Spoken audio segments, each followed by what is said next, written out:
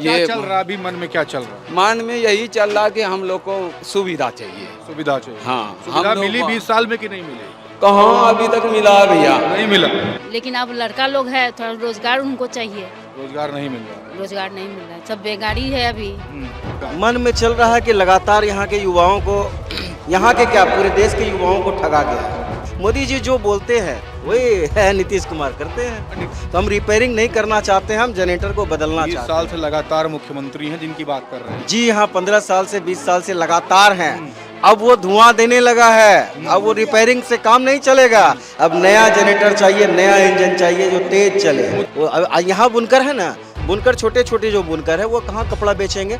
अपने बिहार यहाँ बनाएंगे, यहीं बेचेंगे क्या? शिक्षा, स्वास्थ्य, दवाई, कमाई, पलायन, ये सभी चीज़ों में भारी गिरावट आई और भ्रष्टाचार तो चरम पर है। तो ये लोग सुशासन का ढोंग करते हैं और गुंडा राज चलाते हैं। जगह जगह शराब खुलेआम जो है, अभी छोटे छोटे बच्चों के बस्ते के द्वारा जो है वो होम डिलीवरी कराई जाती है।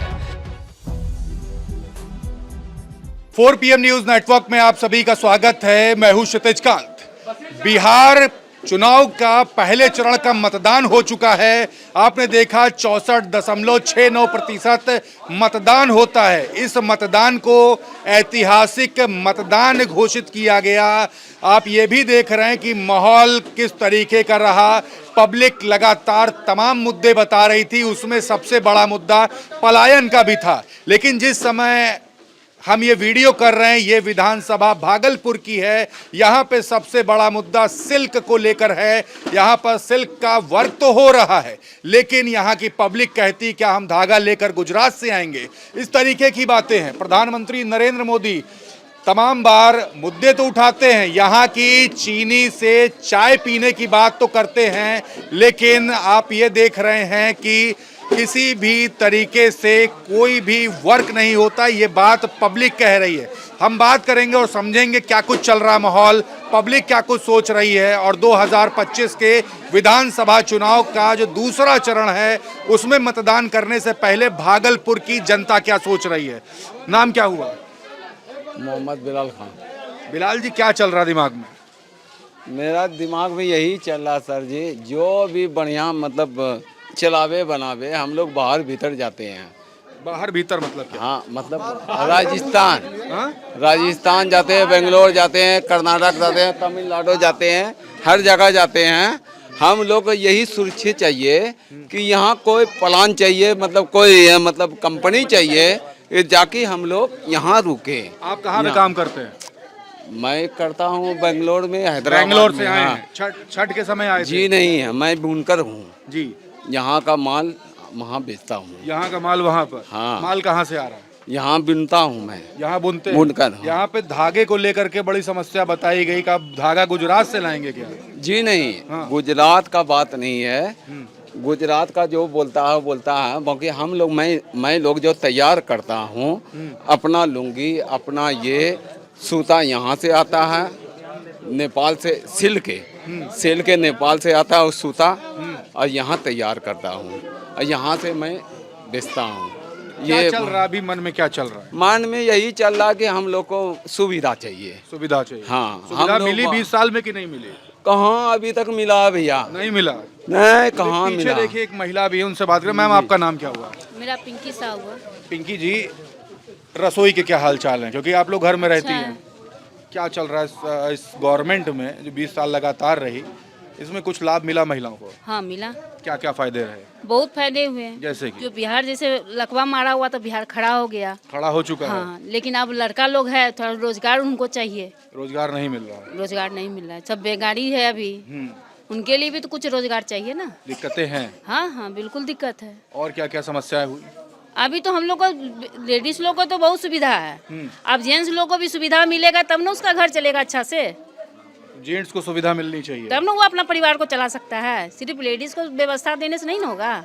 तो नीतीश जी बहनों का ख्याल कर रहे हैं, हाँ हाँ बिल्कुल। पुरुषों का ख्याल नहीं कर रहे हैं। नहीं, उनके लिए भी कर रहे हैं कि रोजगार उनको लोग को भी दीजिए, तब ना उनका घर परिवार चलेगा। कि सिर्फ लेडीज को चलने से नहीं होगा।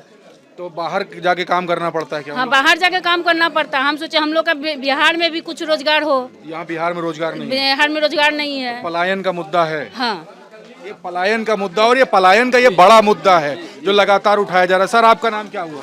मेरा नाम ज्ञानू गुप्ता पान है। क्या चल रहा है अभी मन में, क्या बड़ा मुद्दा है यहाँ भागलपुर का? मन में चल रहा है कि लगातार यहाँ के युवाओं को, यहाँ के क्या पूरे देश के युवाओं को ठगा गया है। कैसे ठग लिया गया भाई? सिर्फ 15 साल 2015 में ही कहा गया उनको कि जिनका उम्र 18 वर्ष से 27 वर्ष तक है वो मेरे साथ आइए, हम उसको हर वर्ष 2 करोड़ नौकरियां देंगे। 15 साल बीत मोदी जी कहे थे भाई। हाँ तो नीतीश मोदी कुमार कौन गलती कर दी इसमें? डबल इंजन की सरकार है, उनके सहयोगी है मोदी जी, और मोदी जी जो बोलते हैं वही है नीतीश कुमार करते हैं। नीतीश जी की आखिरी पारी है। अब हो सकता है इस बार नीतीश जी रहे न रहे, उनको रखा जाए या उनको हटा दिया जाए। तो मुख्यमंत्री का चेहरा अभी बिहार में तो डबल इंजन की सरकार में नहीं है। मुख्यमंत्री बनाना है तो सिर्फ एक ही चेहरा दिख रहा है महागठबंधन में, तेजस्वी की। वो 15 महीने का रिजल्ट वो दिखा चुके हैं और अभी उनका फ्रेश ब्रेन जो है एकदम अपडेट होते रहता है और वो काम करेंगे और वो अपडेट होगा। एक और बात बताइए, एक ब्रेन पुराना है जी। वो पुराने जनरेटर को जब ज़्यादा हम जबरदस्ती चलाएंगे और तेल भी ज़्यादा खाएगा, धुआं भी ज़्यादा देगा। तो हम रिपेयरिंग नहीं करना चाहते हैं, हम जनरेटर को बदलना 20 चाहते साल हैं। से लगातार मुख्यमंत्री हैं जिनकी बात कर रहे हैं। जी हाँ, 15 साल से 20 साल से लगातार हैं। अब वो धुआं देने लगा है, अब वो रिपेयरिंग से काम नहीं चलेगा। अब नया जनरेटर चाहिए, नया इंजन चाहिए जो तेज चले। मुद्दा क्या, असली मुद्दा बताइए। मुद्दा बेरोजगारी है। बेरोजगारी बड़ा मुद्दा है बिहार में, तो हम तो बिहार में रहते हैं, बिहार में देख रहे हैं लोग पलायन कर रहे हैं, बाहर जा रहे हैं।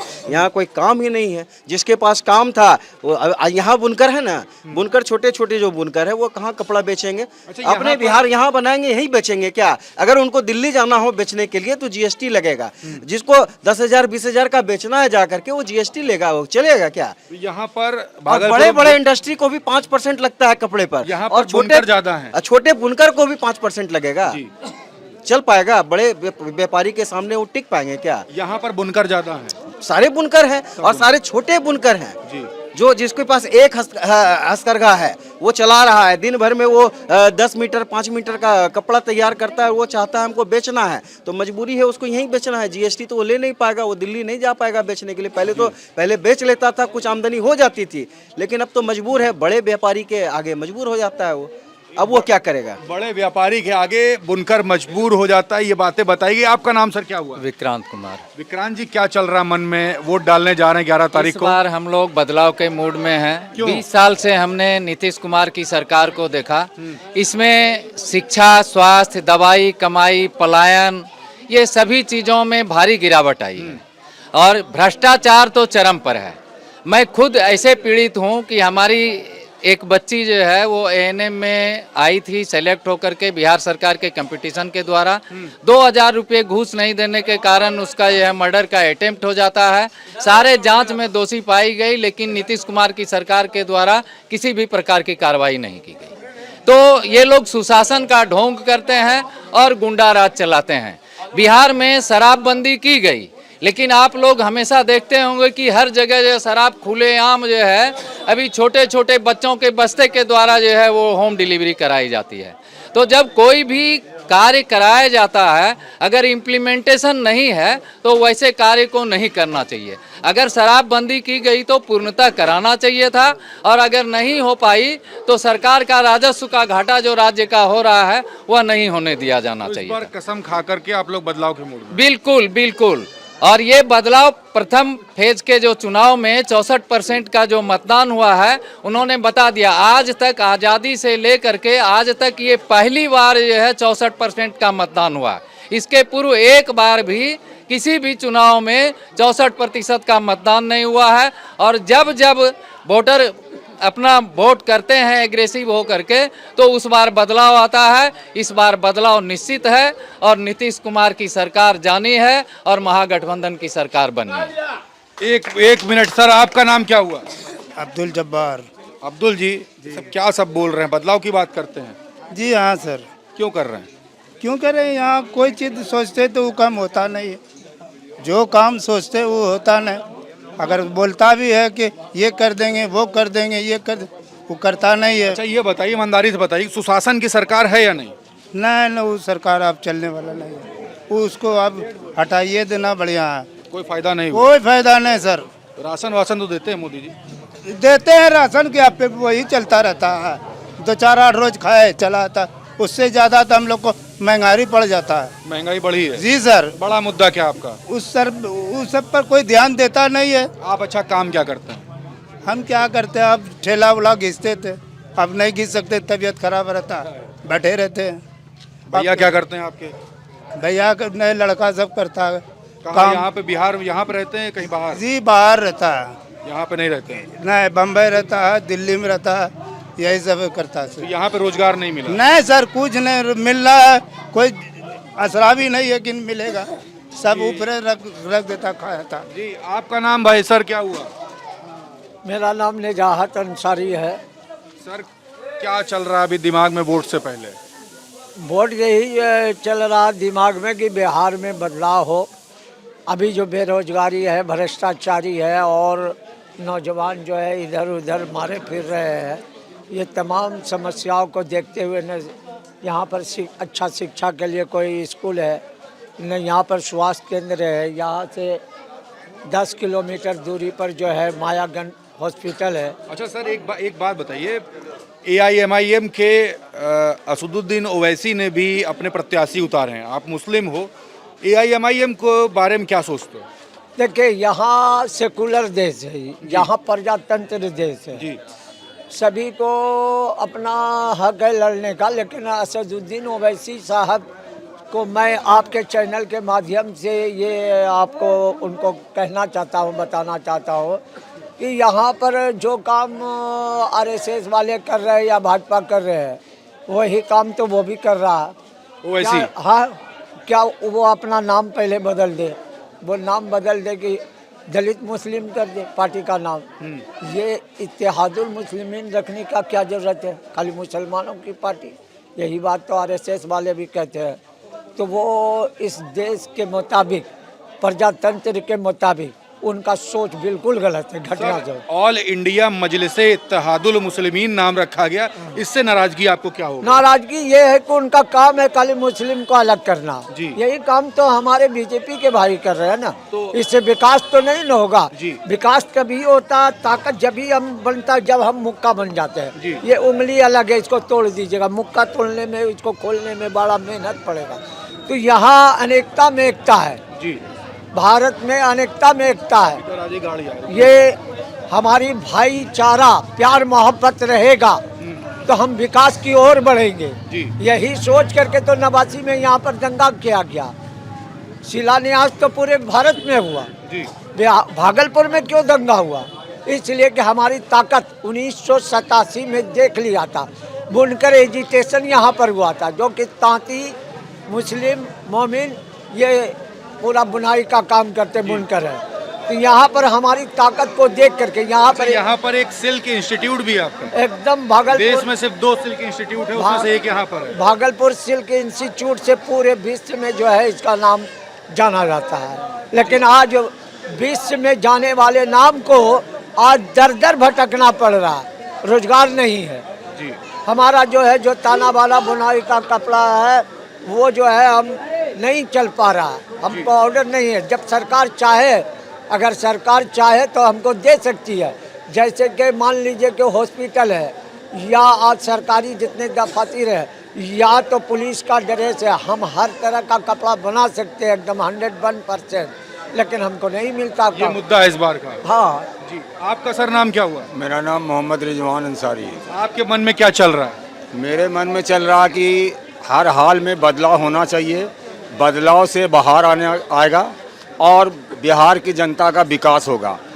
और हिंदू मियाँ जातिवाद लेके हिंदू मुस्लिम करने से मेरे बिहार का विकास नहीं होगा। इसलिए हम लोग चाहते हैं कि बदलाव हो और महागठबंधन की सरकार बने, जिससे सभी जाति बिरादरी का उत्थान हो। जिस तरह से राहुल और तेजस्वी ने वादा किया है, पढ़ाई, दवाई, कमाई सारे गरीब को दिया जाएगा। अच्छा, आप लोग तो मुस्लिम हो, असदुद्दीन ओवैसी मुसलमानों की आवाज़ उठाते, इस तरीके की बातें करते हैं, उनके समर्थन में क्यों नहीं? इसलिए नहीं है कि वो जो है ना जातिवाद लेके जो उठेगा तो एक बिरादरी से सरकार बनने वाला नहीं है। और उसमें हमारे बिहार में या देश में ये फूट डालने का काम हुआ। मतलब एनडीए को और एआईएमआईएम को इसलिए आप लोगों ने सपोर्ट कर रहे हैं क्योंकि आप कह रहे हो कि जातिवाद कर। जी जी, जो जातिवाद करेगा तो हम संविधान के विरुद्ध नहीं चलते थे। जो भीमराव अंबेडकर का संविधान है हम उसी तरह से लेके छोटे बड़े अमीर गरीब ऊंच नीच जाहिल पढ़े लिखे सबको लेके चलना चाहते हैं और वही चीज़ हमारे राहुल जी और तेजस्वी जी वादा किए हैं, जिसके लिए हम लोग सब लोग साथ हैं। बिल्कुल। तो दूसरे चरण का मतदान होना 11 तारीख को, उससे पहले हम लोगों से बात कर रहे हैं। भागलपुर में थे, यहाँ पर मुस्लिम समाज हिंदू समाज के तमाम लोग हमारे साथ में थे। बड़ा मुद्दा यहाँ पर जो सिल्क इंस्टीट्यूट जो है, देश में 2 सिल्क इंस्टीट्यूट, उसमें में से एक सिल्क इंस्टीट्यूट यहाँ भागलपुर में है। लोगों का कहना है कि यहाँ पर हम काम करने जाएंगे और जो छोटे जो बुनकर हैं, जो भी दिक्कतें हैं उस जीएसटी को लेकर के भी है, और साथ ही साथ एक जो बड़ा मुद्दा यहाँ पर उठाया है वो रोजगार को लेकर है, पलायन को लेकर है। एक महिला से ही बात होती है, वो बताती हैं कि महिलाओं को सुविधा तो दे रहे हैं, लेकिन जो उनके घर के जो पुरुष हैं, जो जिम्मेदारी उठाने वाले लोग हैं, उनको बाहर रोजगार करने जाना पड़ रहा है। और यहाँ पर एक और बुजुर्ग थे, वो बताते हैं उनका रोजगार चला गया, उनके लड़के एक दिल्ली में है, एक मुंबई में। तो पलायन यहाँ का बड़ा मुद्दा है। और सिल्क इंस्टीट्यूट को लेकर बात की, जो बुनकर थे, बुनकर ने अपने मुद्दे रखे, यहाँ का जो प्रशासन है उसको लेकर सवाल खड़ा किया। दूसरे चरण का मतदान 11 तारीख को होने से पहले भागलपुर की जनता क्या सोच रही है, क्या कुछ है इनके मुद्दे, वो सभी आपके बीच में रख रहा हूँ। जो लोग वीडियो देख रहे हैं वो कमेंट बॉक्स में लगातार लिखते रहें कि उनके क्या कुछ मुद्दे, उनके सवाल क्या हैं, लिखते रहें और जुड़े रहें 4 PM न्यूज़ नेटवर्क के साथ। मैं उषित तेजकांत, कैमरा पर्सन शुभम के साथ। धन्यवाद।